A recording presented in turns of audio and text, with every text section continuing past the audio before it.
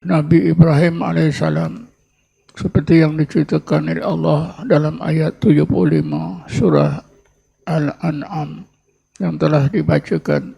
Beliau telah dikurniakan oleh Allah peningkatan iman kepada yakin dengan cara Nabi Allah Ibrahim secara langsung diperlihatkan oleh Allah terus ke dalam hatinya, ke dalam rohnya, rasa-rasa Allah di alam malakut dengan firman-Nya, wa kadzalika nuri Ibrahim malakutas samawati wal ard.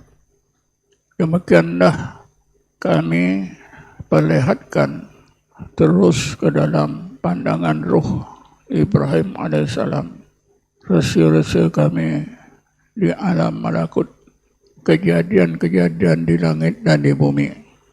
Tujuannya ialah waliyakuna minal mukinin, supaya Ibrahim alaihissalam menjadi salah seorang yang yakin. Ini bermakna apabila Nabi Ibrahim terus diperlihatkan oleh Allah rahsia-rahsianya di alam malakut ke dalam rohnya, maka iman Nabi Ibrahim meningkat kepada yakin. Kita sebagai seorang mukmin mestilah tahu perbezaan antara iman dengan yakin. Iman terletak di dalam hati dan yakin terletak di dalam roh dan sir. Bagaimana kita mengetahui iman terletak di dalam hati? Karena ada beberapa ayat Quran yang menaskan begitu. Antaranya firman Allah yang mengisahkan beberapa orang Arab Badawi yang baru masuk Islam. Orang-orang Badawi yang baru masuk Islam ini bercakap di depan Rasulullah bahawa mereka telah beriman dengan menyebutkan amanah. Ini ada disebut dalam sebuah ayat.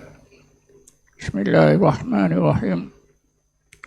Wa qalatil a'rabu amanna qul lam tu'minu walakin qulu aslamna walamma yadkhulul imana fi qulubikum.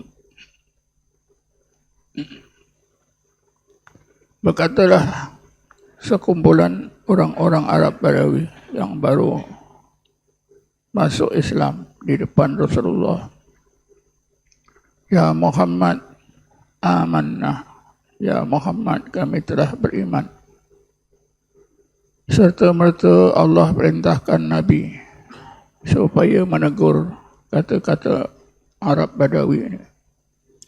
Qul lam tu'minu walakin qulu aslamna walamma yadkhulul imanu fi qulubikum.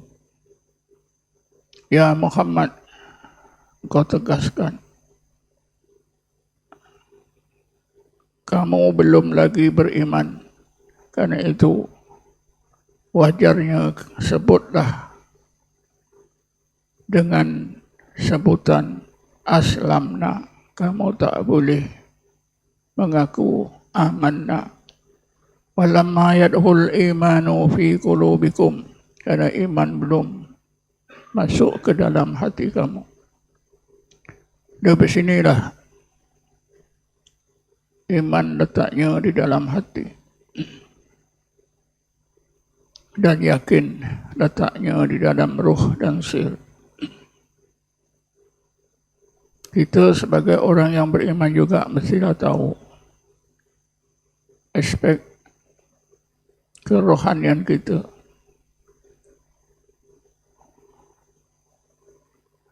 Bahagian rohani kita, kejadian yang terletak dalam rohani kita, sekurang-kurangnya kita mesti mengetahui 4 perkara. Al-aqlu akal, al-qalbu hati, ar-ruh roh, as-sir sir. Akal, hati, roh dan sir. orang yang baru memeluk Islam, iman tidak ada dalam hati, tapi mereka tahu Islam itu betul, Allah itu sebagai Tuhan yang betul pada akal. Apabila mereka sudah beriman, berarti mereka sudah mampu menggunakan hati. Karena iman letaknya di dalam hati. Kebanyakan kita umat Nabi Muhammad di akhir zaman mampu hanya menggunakan akal dan hati. Akal untuk menimba ilmu, dan iman dan hati untuk mengimankan apa yang disebut di dalam ilmu. Setakat itu saja. Tapi majoriti umat Islam di akhir zaman ini tidak mampu menemukan roh dan sir.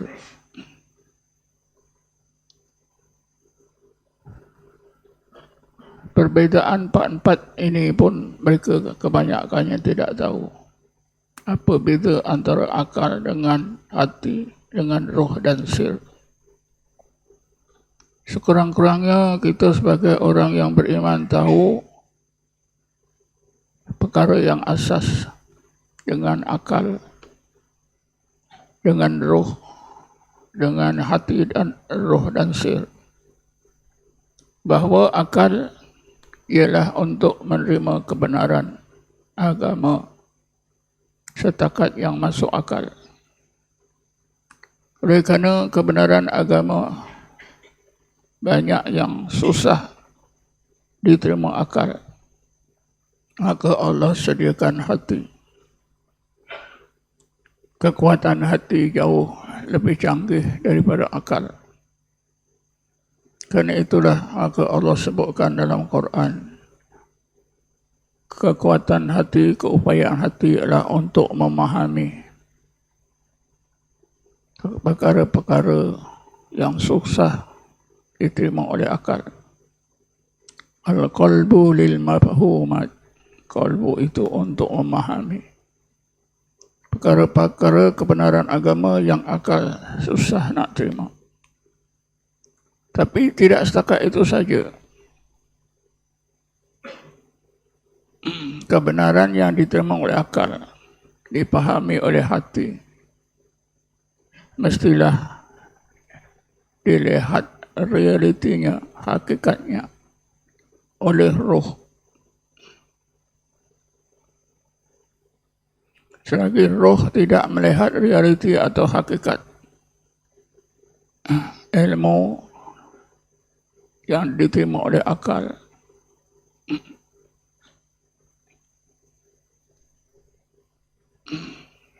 kemudian dipahami oleh hati, tidak dapat dilihat hakikatnya, realitinya oleh roh, maka orang tersebut setakat beriman,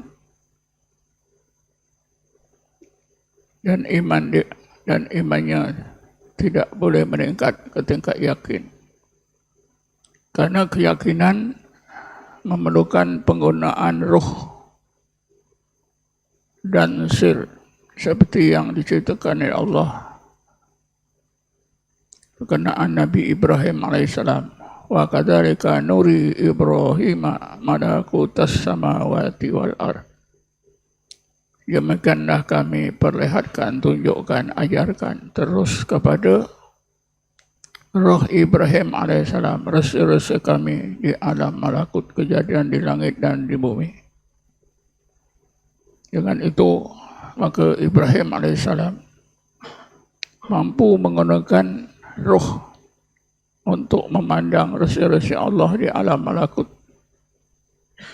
Dan pandangan itu terus tersimpan di dalam sir. Karena kegunaan sir adalah merekodkan dan menyimpan segala apa maklumat yang ada pada akal, yang ada pada hati, yang ada pada roh.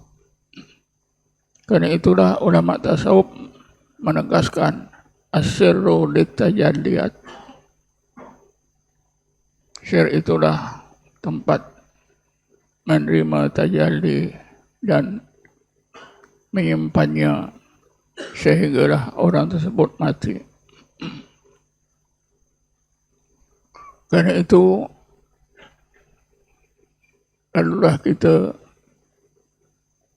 berusaha, mudah-mudahan kita yang hanya mampu menggunakan akal dan hati, mudah-mudahan Allah kurniakan kita mampu menggunakan roh dan sir, supaya mudah-mudahan iman kita ditingkatkan oleh Allah ke tingkat yakin.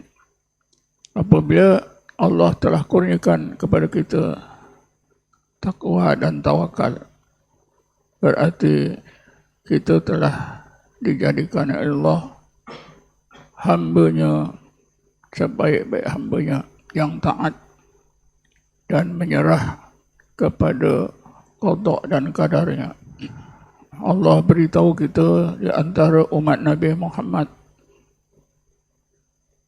yang telah berjaya dikurniakan oleh Allah melihat rahsia-rahsia Allah di alam malakut dengan pandangan roh, ialah golongan ulul albab. Ini disebut oleh Allah dalam ayat 190 surah Al-Imran, di mana Allah berfirman, Bismillahirrahmanirrahim, Inna fi khalqis samawati wal ar wa ikhtilafil laili wan nahar la ayatil li ulil albab.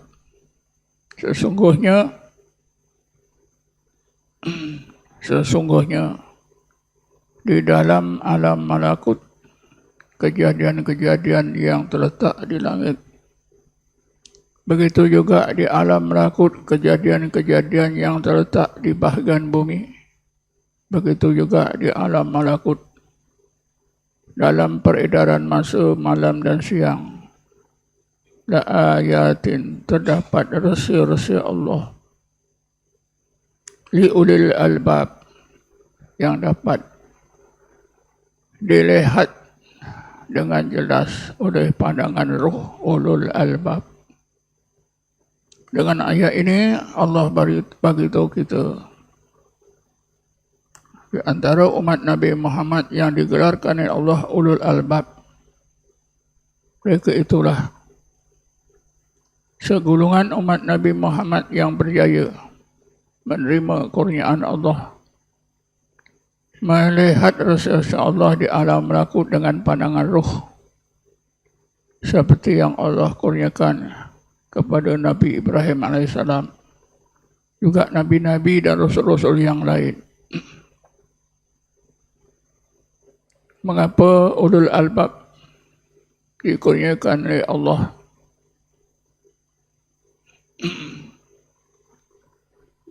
Melihat rahsia-rahsianya di alam malakut dengan pandangan roh. Allah beritahu kita sebabnya ialah kerana mereka, Bismillahirrahmanirrahim, alladzina yadhkuruna Allaha qiyaman wa qu'udan wa ala junubihim wa yatafakkaruna fi khalqis samawati wal ard. Ayat ini memberi jawapan bahawa golongan ulul albab yang telah dikurniakan oleh Allah berjaya memandang rahsia Allah di alam malakut dengan pandangan roh mereka, disebabkan mereka sentiasa yadhkurunallaha wa yatafakkarun. Mereka sentiasa berzikir dan tafakur dalam apa juga keadaan hidup mereka. Qiyaman wa qu'udan wa ala junubihim, berdiri, duduk maupun berbaring sepanjang masa 24 jam. Masa jaga, masa tidur, mereka terus ingat Allah Subhanahu wa ta'ala. Ingat di dalam hati. semasa tidur secara otomatik hati mereka terus menyebut Allah, Allah, Allah. Karena itulah mereka begitu istimewa. Dikurniakan Allah memandang rasa-rasanya di alam malakut. Bukan saja kejadian yang di bumi, tapi termasuklah juga kejadian-kejadian di langit. Termasuklah juga alam malakut, peredaran masa malam dan siang. Perjalanan masa 24 jam. Banyak menyimpan rahsia-rahsia Allah. Dapat juga dilihat oleh ruh ulul albab. Karena itu kita tidak ada jalan lain. Sekiranya kita mau dikurniakan oleh Allah memandang rahsia Allah di alam malakut, kita tak ada pilihan lain kecuali ikutlah jejak langkah amalan ulul albab. Sentiasa zikir dan tafakur. Untuk memberikan kita sentiasa zikir dan tafakur, di sinilah perlunya kita belajar zikir dan tafakur yang diajar di dalam mana-mana tarikat yang telah diistihadkan oleh para ulama tasawuf.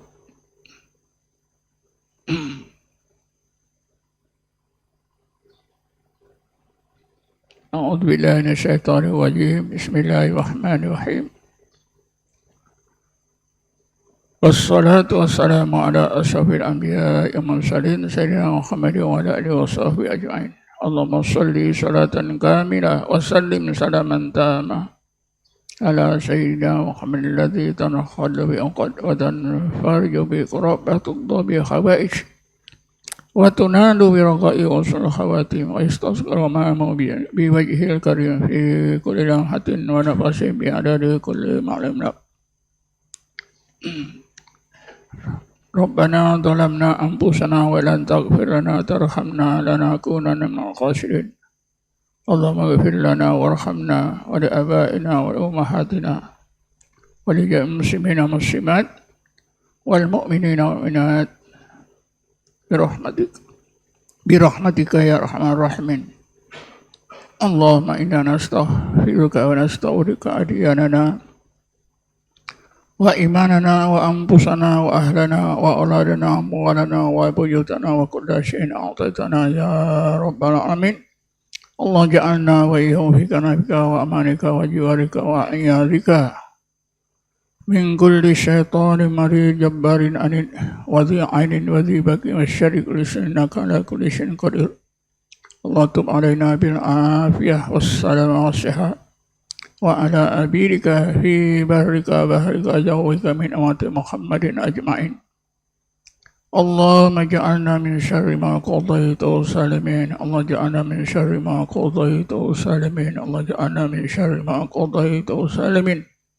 ربنا آتنا في الدنيا حسنة وفي الآخرة حسنة وقنا عذاب النار والحمد لله رب العالمين.